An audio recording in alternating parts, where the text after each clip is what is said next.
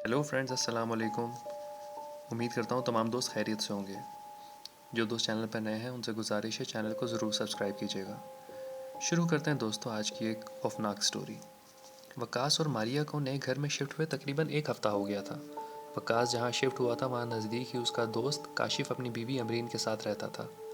काशिफ की बीवी अमरीन मारिया की बहुत अच्छी दोस्त थी। वकास और मारिया अपनी नई नई शादी होने के बाद इस नए घर में शिफ्ट हुए थे। मारिया को घर में अक्सर अजीब सा एहसास होता था, मसलन चीज़ों का अपनी जगह से किसी दूसरी जगह मुंतकिल हो जाना वगैरह वगैरह। लेकिन आज तो जैसे हद ही हो गई थी। वकास के ऑफिस जाने के बाद वो घर की सफाई में मसरूफ़ हो गई थी। सफाई करते करते वो स्टोर की जाने बढ़ी तो स्टोर में उसे एक खूबसूरत सी गुड़िया कोने में पड़ी हुई दिखाई दी, जो वहाँ पड़े पड़े गर्द और मिट्टी की वजह से काफ़ी मैली हो चुकी थी। मारिया ने गुड़िया को उठाया और कहने लगी, वाह कितनी प्यारी गुड़िया है। और गुड़िया अपनी आंखें खुल बंद करते हुए मारिया की बात दोहराने लगी, वाह कितनी प्यारी गुड़िया है। अच्छा प्यारी गुड़िया, तो तुम बोलती भी हो? मारिया ने मुस्कुराते हुए बोला। लेकिन अगले ही लम्हे मारिया के जिस्म में खौफ की एक लहर दौड़ गई। गुड़िया की नीली आंखें अब सफ़ेद हो चुकी थीं और वो कहने लगी, मैं बोलती भी हूँ और जान भी लेती हूँ। तुम्हें और तुम्हारे शोहर को भी मार दूंगी। पहले भी किसी को नहीं छोड़ा और अब तुम दोनों को भी नहीं छोड़ूंगी। मारिया ने घबरा के गुड़िया को दूर फेंक दिया और चीखें मारती हुई घर के पोर्च में आ गई। मारिया का पूरा जिस्म खौफ के मारे कांप रहा था। उसे समझ नहीं आ रही थी कि ये कैसी गुड़िया है और ये क्यों हमें मारना चाहती है। अभी उसके हवास कुछ दुरुस्त ही हुए थे कि अचानक घर की घंटी बजी। उसने घबराते हुए पूछा, कौन? मैं हूँ मारिया, अमरीन, बाहर से आवाज़ आई। मारिया ने अपनी हालत दुरुस्त की और मुस्कुराते हुए दरवाज़ा खोल दिया और ऐसा जाहिर किया जैसे कुछ हुआ ही ना हो। अमरीन अक्सर मारिया की तरफ आ जाया करती थी और कभी कभार मारिया भी वकास के ऑफिस जाने के बाद अमरीन की तरफ चली जाया करती थी। शाम को जब वकास ऑफिस से वापस आया तो दोनों खाने से फारिग होकर अपने कमरे में बैठे थे कि मारिया ने सुबह वाला वाक़या वकास को बताना चाहा। वकास, वो आज सुबह अभी इतना ही कहा था कि वकास के मोबाइल की घंटी बज पड़ी। 1 मिनट में आया, ये कहता हुआ वो कमरे से बाहर निकल गया। थोड़ी देर बाद वापस आया तो कहने लगा, हाँ तो क्या कह रही थी तुम? नहीं वकास, कुछ नहीं, बस वैसे ही। मारिया बात टालते हुए वहाँ से उठ गई और किचन में आ गई। अगली सुबह जब वो उठी तो वकास सो रहा था। वो वकास को उठाकर खुद वॉशरूम में मुंह हाथ धोने चली गई। अभी उसने मुंह पर एक दो छींटे ही मारे थे कि उसकी नज़र सामने आईने पर पड़ी और आईना देखकर उसकी सांसें रुक गईं। आईने पर खून से लिखा था, तुम दोनों को मार दूंगी। अभी वो चंद कदम बौखलाकर पीछे ही हुई थी कि कमरे के बाहर से वकास की आवाज़ आई, मारिया जल्दी करो यार, मुझे भी वॉशरूम जाना है। मारिया ये सुनकर जल्दी से वॉशरूम से बाहर निकली। उसकी जर्द रंगत देखकर वकास बोला, क्या हुआ मारिया? कुछ नहीं। और ये कहते हुए मारिया ने अलमारी से वकास की शर्ट निकाली और इस्त्री करने लगी। थोड़ी ही देर में इस्त्री करने के बाद वो नाश्ता तैयार करने के लिए बाहर निकल गई। मारिया नाश्ता रेडी है, मुझे ऑफिस के लिए देर हो रही है।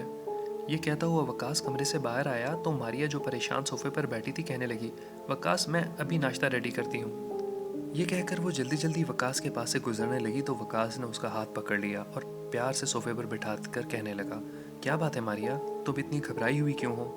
कौन सी बात परेशान कर रही है तुम्हें? वकास के पूछने की देर थी कि मारिया फूट फूट कर रोने लगी। वकास उसको रोता देखकर और परेशान हो गया। क्या हुआ मारिया, मुझे कुछ तो बताओ। वकास ने बहुत ही नरम लहजे में पूछा तो मारिया ने उसे कल और आज वाला सारा माजरा सुना दिया। मुझे डर लग रहा है वकास, वो हम दोनों को मार देगी। उसने ना जाने पहले कितने लोगों को मारा है, वो हमें भी मार देगी। ये कहकर मारिया दोबारा रोने लगी। मारिया तुम रो क्यों रही हो सकता है ये सब तुम्हारा वहम हो। मैं सच कह रही हूँ वकास, मैंने सब कुछ अपने होशो हवास में देखा है। मारिया ने आंसू पोंछते हुए वकास को जवाब दिया। अच्छा तो फिर आज ऐसा करता हूँ कि ऑफिस से छुट्टी करके अपनी बेगम के पास ही रुक जाता हूँ और देखता हूँ कौन है जो मेरी प्यारी बीवी को परेशान कर रहा है। वकास ने मुस्कुराते हुए मारिया से कहा तो मारिया अपने चेहरे पर मुस्कुराहट लिए उठ खड़ी हुई और नाश्ता तैयार करने लगी। दिन के 12 साढ़े 12 का वक्त था। वकास अपना लैपटॉप लिए लाउंज में बैठा ऑफिस का कोई काम कर रहा था और मारिया किचन में बर्तन वगैरह से फारिग होकर अपने कमरे में आराम करने की गर्ज से आई। अचानक साइड टेबल पर पड़ा हुआ गुलदान नीचे फर्श पर गिर पड़ा। अरे ये कैसे गिर गया? अपने आप से कहते हुए मारिया ने नीचे झुककर गुलदान उठाना ही चाहा था कि अचानक बेड के नीचे से दो जले हुए काले हाथ निकले और मारिया के पाँव को जोर से पकड़कर खींच लिया।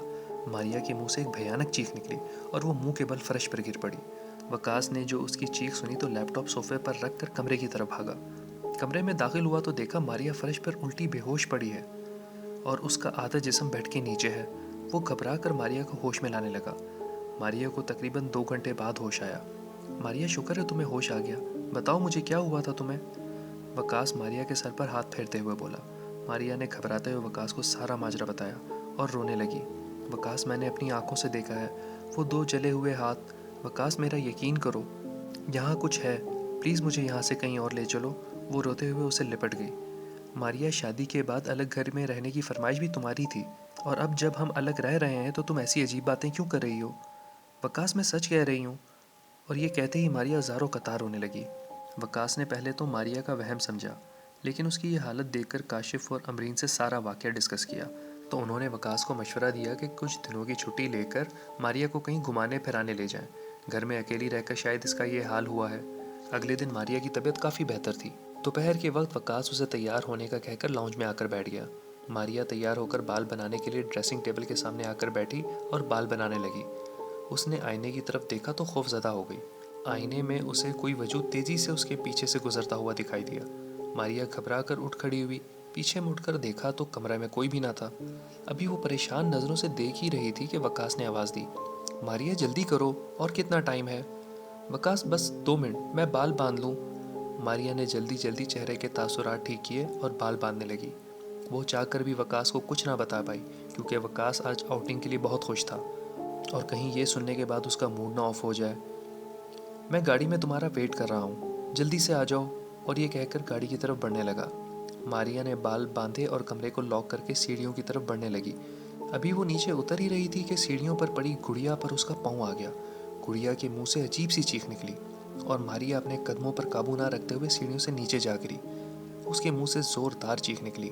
वकास, जो गालबन अभी गाड़ी का लॉक खोल ही रहा था, उसकी चीख सुनकर दौड़ा दौड़ा अंदर की तरफ भागा तो देखा कि मारिया सीढ़ियों के पास पाँव पकड़े जोर जोर से रो रही थी। मारिया, क्या हुआ है? कैसे गिरी हो? वकास, वहाँ सीढ़ियों पर वही गुड़िया है, उसने मुझे जोर का धक्का दिया है, मारिया रोते हुए बोली। वकास फौरन सीढ़ियाँ चढ़ता हुआ ऊपर आया तो वहाँ कुछ भी मौजूद ना था। मारिया, यहाँ तो कोई भी नहीं है।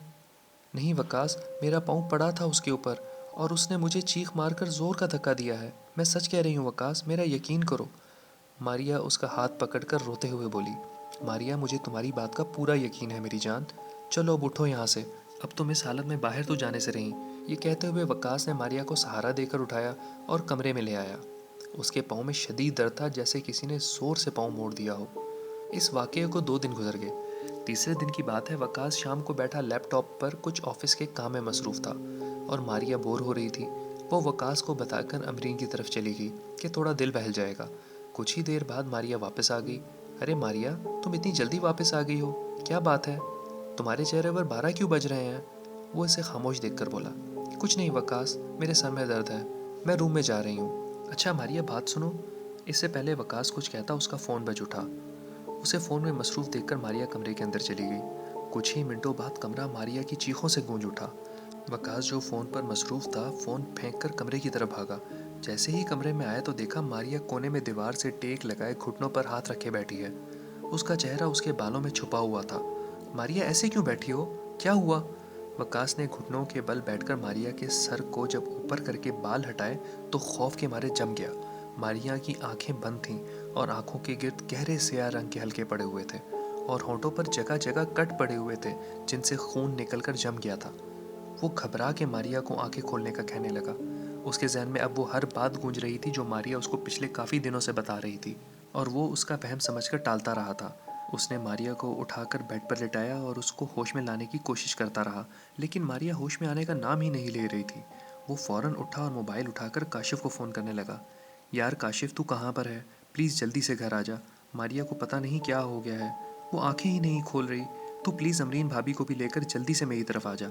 तकरीबन 10-15 मिनट तक वो दोनों वकास के घर थे। वकास ने उन्हें सारा माजरा बताया और कहने लगा कि मैं डॉक्टर का इंतज़ाम करता हूँ।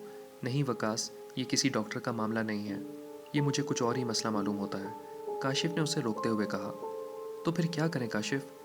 तू टेंशन मत ले, मैं कुछ करता हूँ। ये कहकर काशिफ ने मोबाइल में कोई नंबर मिलाकर बात की और बात ख़त्म करने के बाद वकास से बोला, वकास, मेरा एक दोस्त है, उसकी फैमिली में एक ऐसी खातून है जो इन दूसरी मखलूक़ात के बारे में काफ़ी इल्म रखती हैं।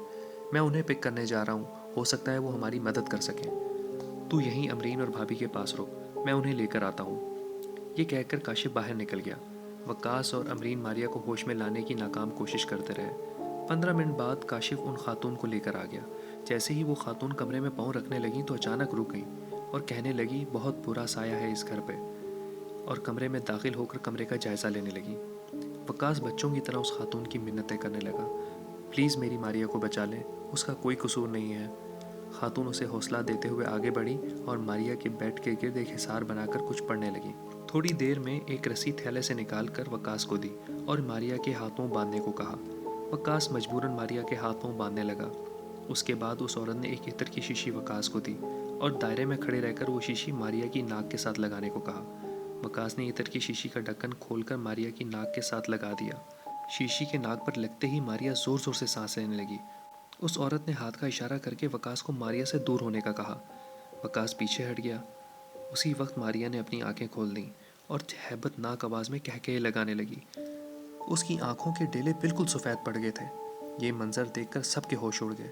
इस लड़की के जिस्म में वो बुरी रूह आ चुकी है। ये कहते हुए उस खातून ने थैले से एक दम किए हुए पानी की बोतल निकाली और मारिया पर छिड़का। वहशतनाक कहकहे लगाती हुई मारिया ने बुरी तरह चिल्लाना शुरू कर दिया।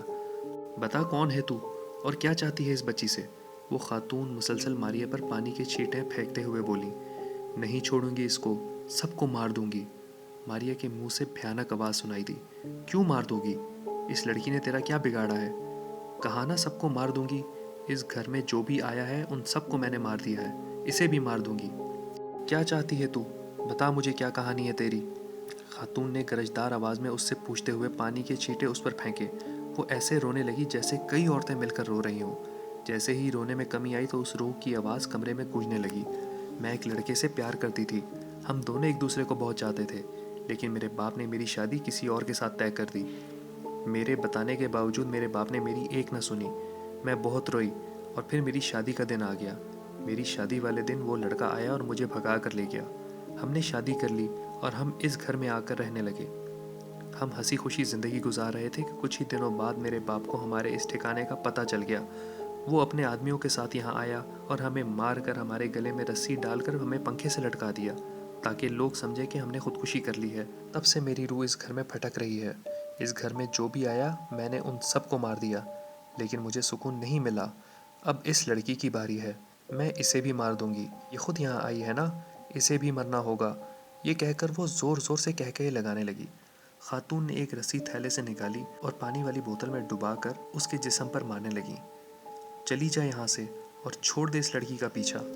नहीं जाऊंगी बुढ़िया, तुझे भी मार दूंगी। वो चीखते चिल्लाते हुए बोलने लगी और खातून मुसलसल उसके जिस्म पर रस्सी से मारे जा रही थी। अचानक ही मारिया का जिस्म बिस्तर समेत हवा में बुलंद हुआ और नीचे आ लगा और उसके मुंह से एक अजीब काला सा धुआं निकलकर हिसार के बाहर हवा में घूमने लगा। खातून ने थैले से जल्दी एक बोतल निकाली और कुछ पढ़ने लगी। उस धुएं से जोर जोर की चीखें सुनाई देने लगीं और देखते ही देखते वो धुआं बोतल में जमा होना शुरू हो गया। ऐसे ही सारा धुआं बोतल में जमा हो गया। उस खातून ने बोतल का मुंह बंद कर दिया। साथ ही मारिया की आवाज़ वकास के कानों से टकराई और वो मारिया को गले लगाकर कहने लगा, शुक्र है मारिया, तुम ठीक हो। और मारिया उसकी बाहों में निढाल पड़ी थी। खातून कहने लगी कि मैंने इस रूह को कैद कर लिया है। इस लड़की को मुकम्मल तौर पर ठीक होने में कुछ दिन लगेंगे और मैं कुछ वज़ाइफ बताऊंगी जो बाकायदगी से पढ़ने हैं ताकि इसकी रूह का असर पूरी तरह से इसके जिस्म से ख़त्म हो जाए। सबने शुक्र का कलमा पढ़ा। कुछ ही दिनों बाद वकास और मारिया नए घर में मुंतकिल हो गए। इसलिए नहीं कि उन्हें दोबारा ऐसी किसी मुश्किल का सामना करना पड़ा, बल्कि इसलिए क्योंकि उनकी शादीशुदा ज़िंदगी की शुरुआत में ही उन्होंने इस घर में बहुत सी तकालीफ का सामना किया था। ये थी दोस्तों आज की हॉरर स्टोरी। उम्मीद करता हूँ आपको ज़रूर पसंद आई होगी, और अगर पसंद आई है तो अपनी पसंदीदा का इजहार लाइक, सब्सक्राइब और कमेंट्स करके ज़रूर कीजिएगा। अपना बहुत सा ख्याल रखिएगा। मिलते हैं ऐसी नेक्स्ट इंटरेस्टिंग वीडियो में। अल्लाह हाफ़िज़।